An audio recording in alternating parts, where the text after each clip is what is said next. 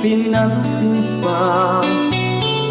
Bawat ngiti mong may gayuma, dahil sa akala ko di ako iibig sa'yo. Ikaw pala ang aking sa puso ko. Kaya ngayon laging gulong-gulo ang puso ko't isipan. Araw-gabi ay pangarap ka, at sa tuwin ay nababalisa. Dahil ba ang puso ko labis na umibig sa'yo? Hanggang kailan matitiis ilihim ang pag-ibig ko? Anong gagawin sa utos ng damdamin? Paano bang hangin na kahirap pigilin? Sa punuin ang puso sa'yo'y balik. Nais kong malaman mo na inibig kita.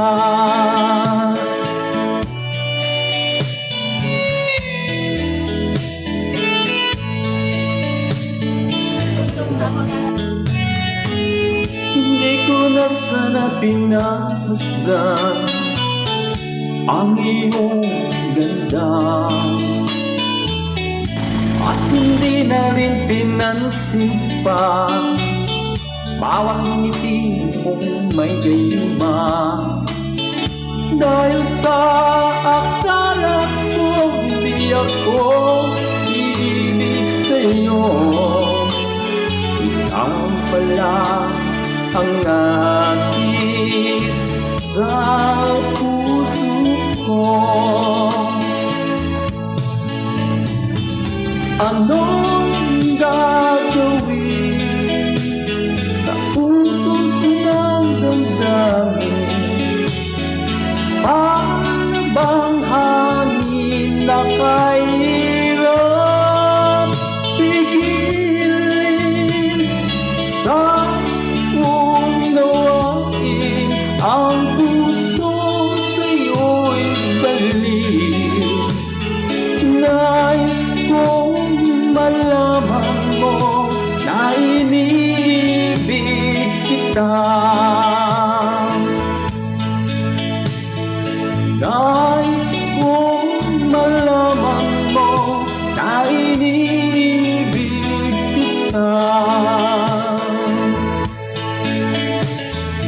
Nais kong malaman mo na inibig kita.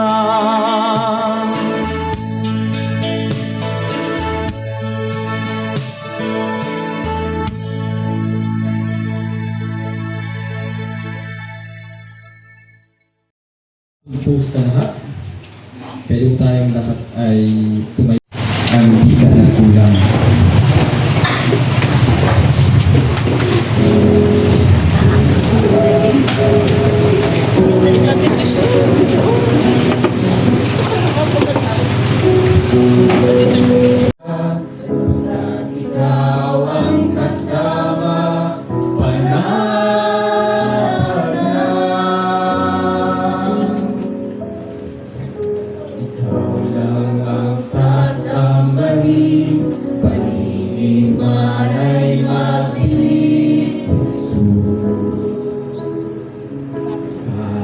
May suri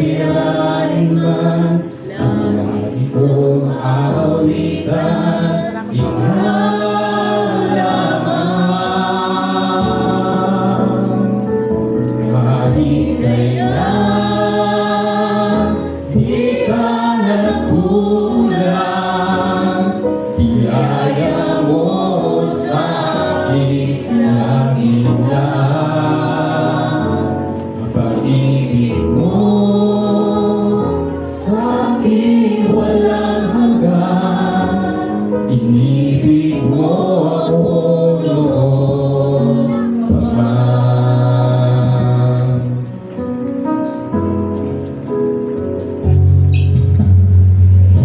Kay sasambahin, paligid man ay mabili, Jesus. Kahit may suliranin man, ay langit mo kaawitan, ikaw lamang. Kahit kailan, di ka nagkulang, bigaya mo sa akin langit lang. Ang pag-ibig mo sa akin walang hanggan, inibig mo ako noon pa man. Kahit kailan, di ka nagkulang, bigaya mo sa akin langit lang. Ang pag-ibig mo sa akin walang hanggan, inibig mo ako noon pa man. Panginoon, dakila kang kapal sa dalangin ko. Ako'y inibig mo kahit ako ay ganito. Walang katapusan ang pagmamahal mo. Walang pinipili ang puso mo. Kahit kailan, di ka nagkulang, biyaya mo sa akin langit lang. Ang pag-ibig mo sa akin walang hanggan, inibig mo ako noon pa man. Panginoon, dakila kang kapal sa dalangin ko. Ako'y inibig mo kahit ako ay ganito. Walang katapusan ang pagmamahal mo. Walang pinipili ang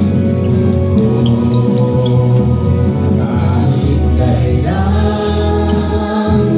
di ka nagkulang, biyaya mo sa akin langit lang. Ang pag-ibig mo sa akin walang hanggan, inibig mo ako noon pa man. Kahit kailan, di ka nagkulang, biyaya mo sa akin langit lang. Pag-ibig mo sa akin walang hanggan, inibig mo ako noon pa man. Inibig mo ako noon pa man. Tayo po ay manalangin. Ama naming mapagpala, Diyos na makapangyarihan sa lahat, na may lalang ng langit at lupa, purihin ka, Ama, sa hapon ito, at patuloy namin dinadakila ang iyong banal na pangalan. Ikaw ang Diyos na patuloy na mabigyan ng kalwalhatian sa pagharap ng iyong anak, Panginoon, na bumalik sa iyo.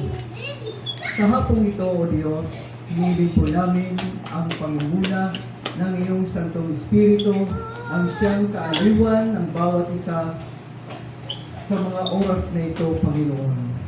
Salamat, O Diyos, sa kalakasan ng loob, sa kapayapaan. Ikaw ang Diyos na patuloy namin pinapupurihan. Ang buhay na pinahiram mo sa aming kapatid na pumanaw, ikaw ang Diyos na may hawak nito. Kaya sa hapong ito, salamat, Panginoon, dahil ang lahat ng bagay ay iyong ipinagkaloob para sa lahat ng iyong nilalang. Sa hapong ito, Panginoon, kami ay patuloy niyo pong alipin ng inyong mga salita at ikaw ang Diyos na magpala sa hapong ito sa mga salita mo na aming mapapakinggan. Pagpalain mo ang bawat isa, pinupuri ka namin at pinasasalamatan sa tanging pangalan ng Panginoong Hesus. Amen and Amen. Amen. Na nakikita pa itong mga kalaman ko, sa aming ulo, langis ay binubuhos, sa aming saro, pagpapalay lubos-lubos. Kabutihan mo sa aking hindi magkukulang, siyang makakasama ko habang ako'y mabubuhay. At pagpakailanman sa bahay ni Yahweh, mananahan. Malaya na po tayo.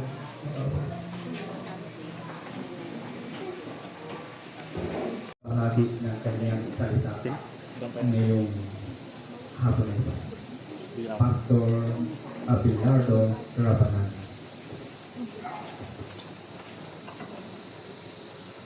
Nais ko pong mag-encourage sa pamagitan ng mga salita ng Diyos.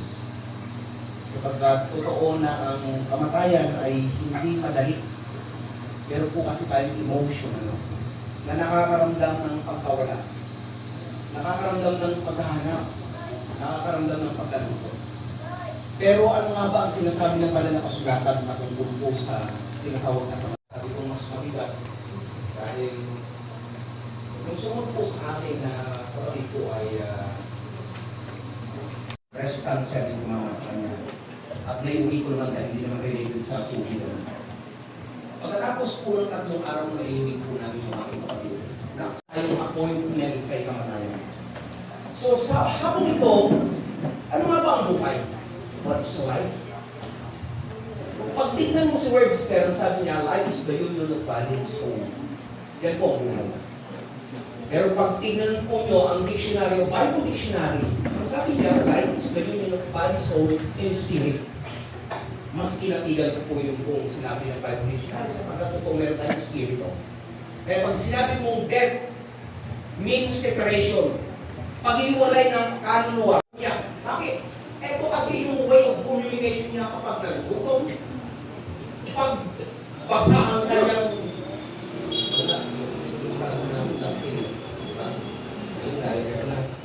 lampin pa ng Panginoon na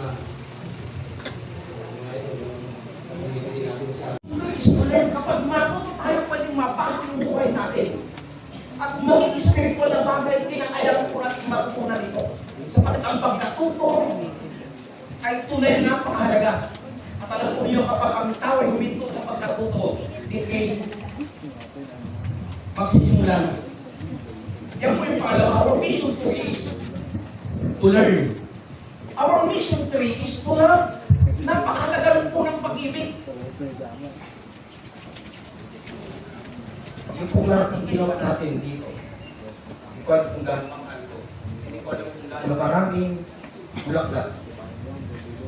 Hindi nyo mararamdaman ni Marika. Kaya ang isang challenge dito, habang kayo pamahal natin sa buhay, ipadahal sila. Sapagkat kahit kapag siya'y patay na nakapulang na katulad ko, kahit anong ganda pa ng kabao, hindi niya na yung mararamdaman. Kahit anong dami pa ng bulaklak, hindi niya na yung mararamdaman. Kahit anong sigaw natin na mahal kita, wala nang kwenta yun. Dahil hindi na niya mararamdaman. Our mission today is to love. Habang nabubuhay mga mahal sa buhay natin, ipadama natin na sila'y mahalaga. Ipadama natin na sila'y mahal natin. Ipadama natin na sila'y napakahalaga sa atin. Sapagkat kapag siya'y namatay, hindi niya na ito mararamdaman. Our mission is to love. Lahat ng ating ginagawa, without love, nonsense. Pansinin niyo, kahit ang bigat ng ginagawa natin, trabaho natin kapag mahal natin parang ang gandaan. Pero kahit anong gaan ang ginagawa natin without love, parang ang bigat-bigat. Because without love, nonsense ang lahat. At our mission 4 is to live sa anumang hindi. Ang pang-apat na mission natin, iiwan natin ang katawang ito. Iiwan natin. At ang maiiwan lang ang picture and memories. Iiwanan po natin ang katawang ito. Hindi ko po alam kung gano'n mahaba yung aking buhay. Pero kung po ninyo na, yung kung ako'y bata-bata, nanalangin po ako. Sabi ko, Panginoon, pwede ba hanggang sa 50 lang? Kasi nga, natakot ako, nalukot ako noon na maraming mga pastor na inabot ng 17, 18. Ang gigilas ng malakas. Pero nung matanda na parang wala ng silbi. Kung ikrato na ako nasa buhay, parang wala ng kwenta. Kasi naubos ng lakas. Parang natakot ko meron ko, kaya minsan nagbira ako sa natin na mag-practice ka na, nabinisan ako. Parang nararamdaman ko pa. Nagbiruan ako. Sabi tayo, huwag kong dalala. Pagtanda ko, mag-aalaga ko ng maraming aso. Okay, magaling ko maglinis yun. Hindi ko nabibiro na ako. Okay, so, our mission po is to have, to live, iiwanan ko natin ang buhay ito. Ang pinakamahalaga, gusto ko po i-share sa inyo. After death, what next? Pagkatapos mamatay na ang tao, pagkatapos iwan natin ang tao ito, ano ba ang kasunod? Ang sabi po ng mga atheist, kapag namatay daw ang tao, babalik sa uli. Napakalungkot naman kalagayan mo sa tao.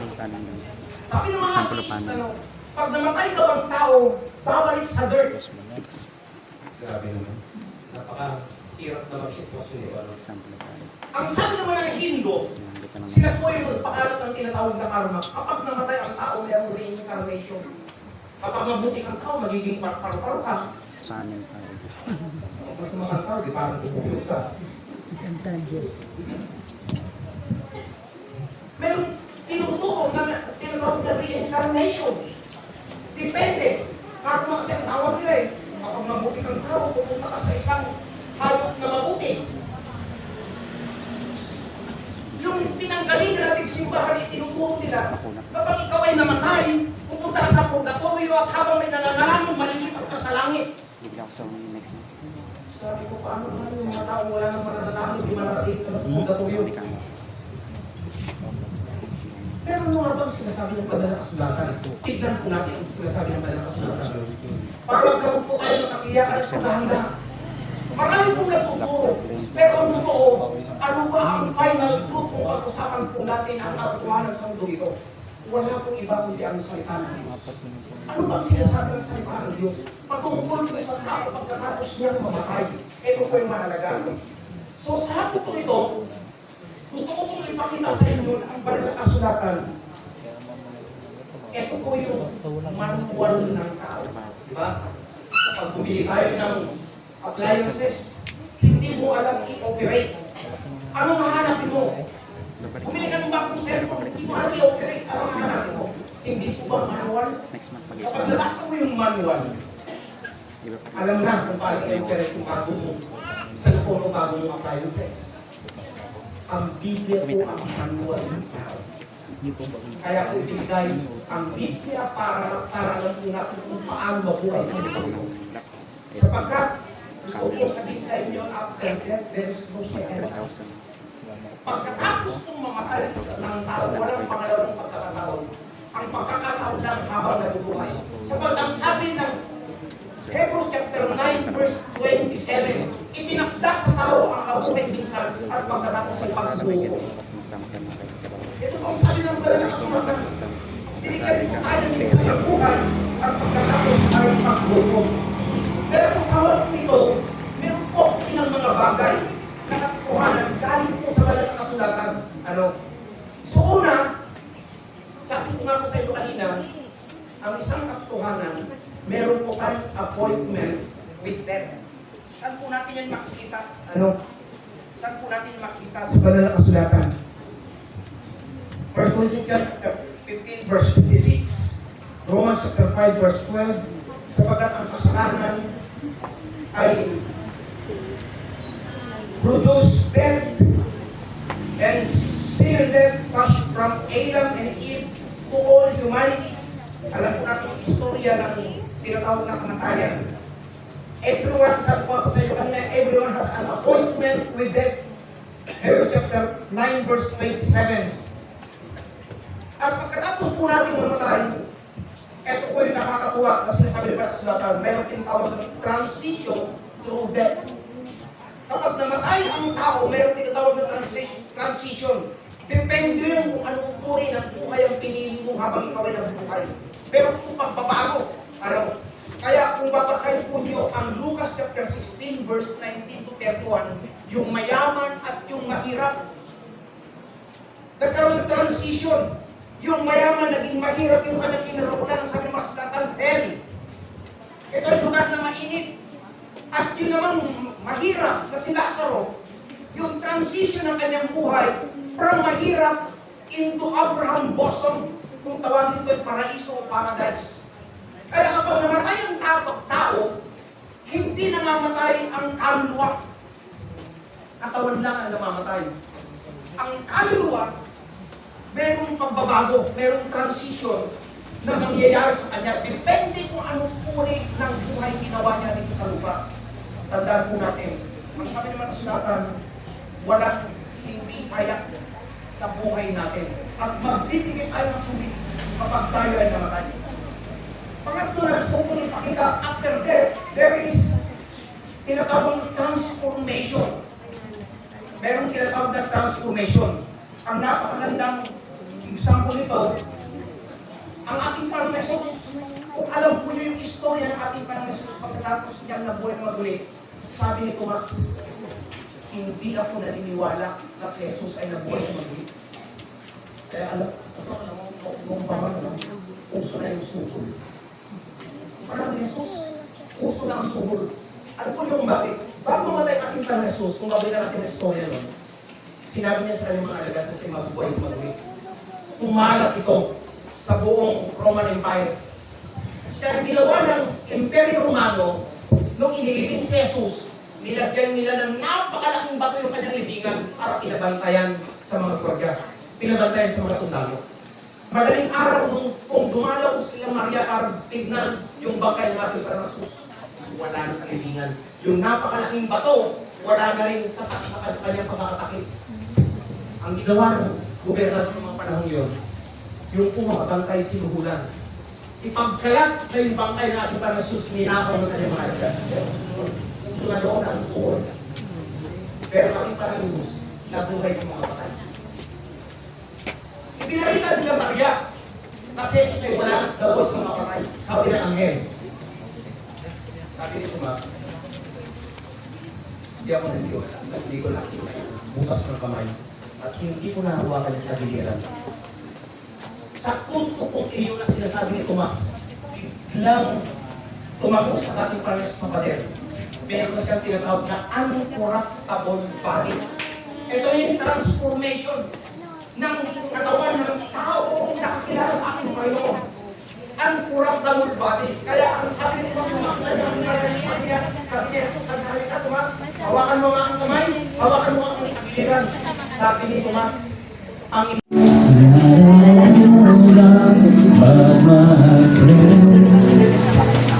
You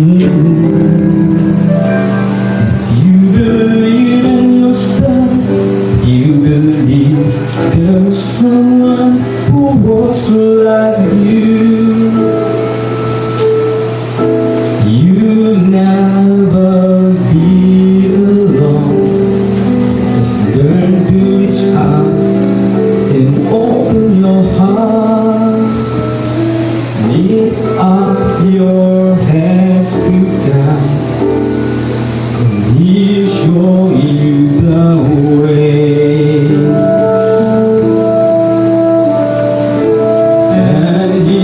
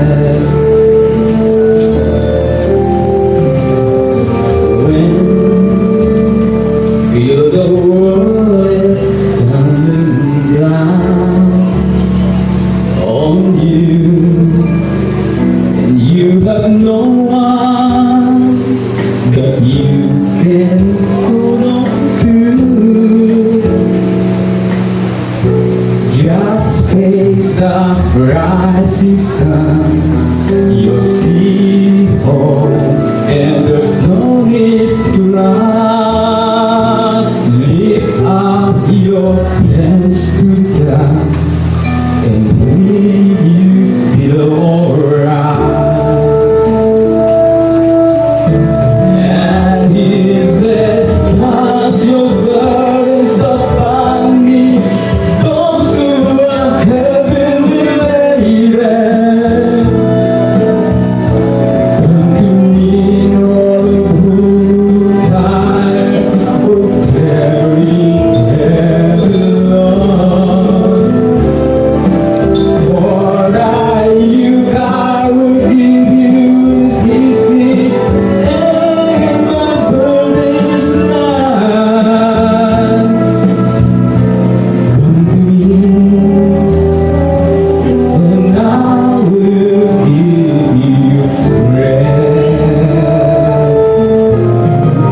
He said, cast your burdens upon me, those who are heavy laden. Come to me, all who are tired of carrying heavy loads. What I will give you is easy, and my burden is light. Come to me, and I will give you rest. Sa Diyos po, pag tayo pong nanalig sa Kanya, wala pong kalungkutan na madarama sa buhay natin. Pumili po ang Diyos sa hapon na ito. At bago po ay mapapanood natin yung isang biography ni Kakay. Ano to, pinaisip ko na po ito kahapon ay halos isang oras, ngayon po ay 30 minutes na lang.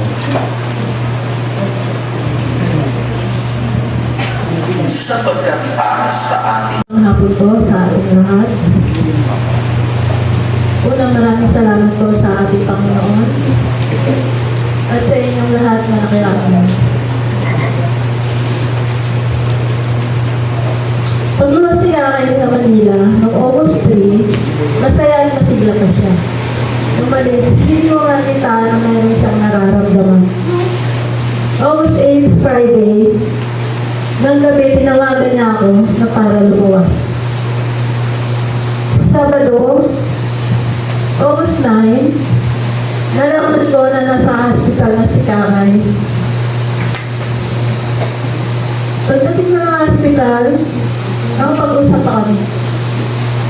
Sa kabila ng nararamdaman niya, ako pa din ang inaalala niya kasi pagod ako. Sana, sinabi niya, sana nagpahinga ka lang muna sa bahay kasi pagod ka sa biyahe. August 10, araw ng linggo, doon ako kinausap ng doktor para sabihin ang kanyang kalagayan.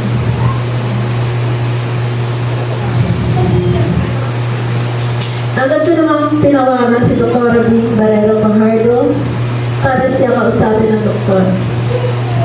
Doon ko nalaman ang kalagayan ni Kakay na siya ay hindi na pala maganda ang kanyang sitwasyon. Makalipas ang isang oras, yun at ang alas 11 ng tanghali. Dinagyan na ng buhay si Kakay.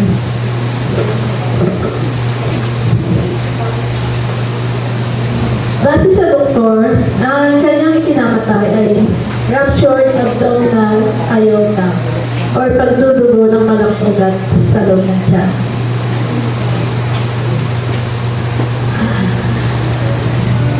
So, sa huling sandali ng buhay ni Kakay, siya ay nakasama ko.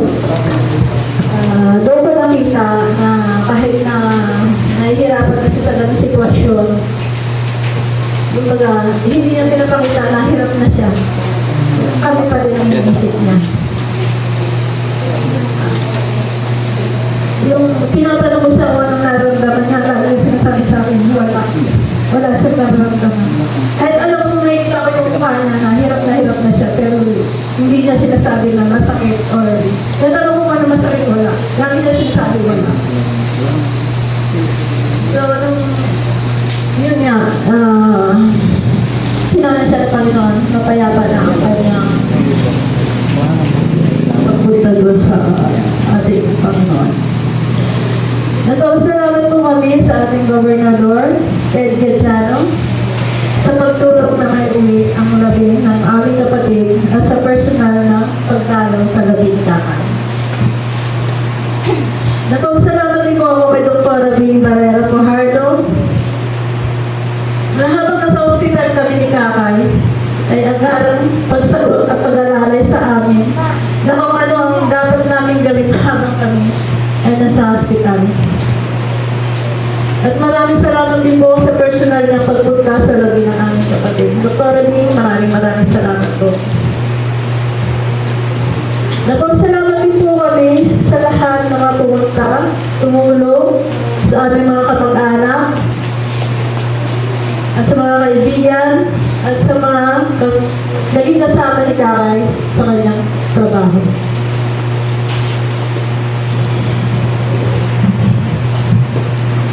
Maraming salamat sa lahat ng tumulong sa labi ng aming kapatid mula sa Manila hanggang may uwi namin siya dito sa Mindoro.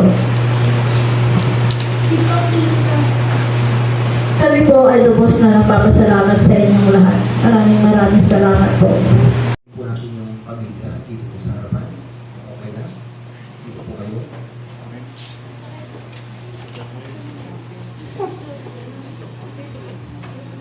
Kapagpala naming Ama, kami po ay lumalapit sa pagkakataon ito, Panginoon.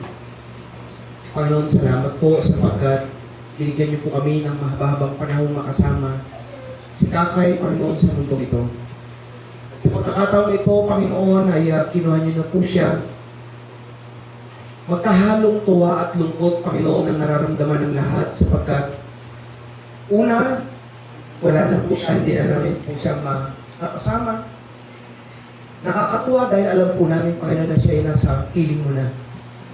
Panginoon, sa pagkakataon ito, dinadalamin po namin ang pamilya ni Kakay. Pagpalain niyo po ang pamilyang ito, Panginoon. Patuloy na alipin po sila ng iyong banal na Espiritu. At patuloy na mamuhay na mayroong pananampalataya sa inyo. Kalakip ng pagkakaisa at higit sa lahat ng tali ng pag-ibig ng pamilyang ito, Panginoon. Upang anuman pa ang darating na ulos ng buhay ay tunay na magkabigkis-bigkis at magkahawak kamay, Panginoon, ang pagharap nila sa mga bagay na darating pa. Panginoon, narito rin ang aming pong mga kamay na nag-extend ng sa kanila po bilang pamilya. I-bless din po yung Panginoon ng mga kamay na ito na anuman pagkakataon na ang mga ilangan ang pamilyang ito ay narito po ang aming pong mga kamay na handang tumulong, Panginoon, sa pamilyang ito, O Diyos. Higit sa lahat, ang iglesyang ito, Panginoon, na kanila pong kinaroonan, patuloy niyo pong pagpalain ng bawat kapatid sa dako ito. Patuloy na magpadapaparang, higit sa lahat na pagmamahal, Panginoon, na nagbuwat po sa inyo. O Diyos, tinadalangin din po namin, Panginoon, ang aming pong pagpunta sa huling hantungan ng parehatin ng labi ni Kakay. Salamat po sa magandang panahon na nilog po yung gumandang panahon upang hindi po kami maabala at maayos po namin maitala, Panginoon, ang kanyang labi sa huling hantungan. Salamat po sapagkat ang lahat ng bagay ay kontrolado po ni Panginoon. Salamat po sa favor na ito na pinagdalo po sa pamilya nito. Muli, dalangin po namin ang Banal na Espiritu, ang kapayapaan nawa ay patuloy na maramdaman, maranasan ng pamilyang ito sa pangalan ng Ama at ng Anak ng Espiritu Santo. Amen.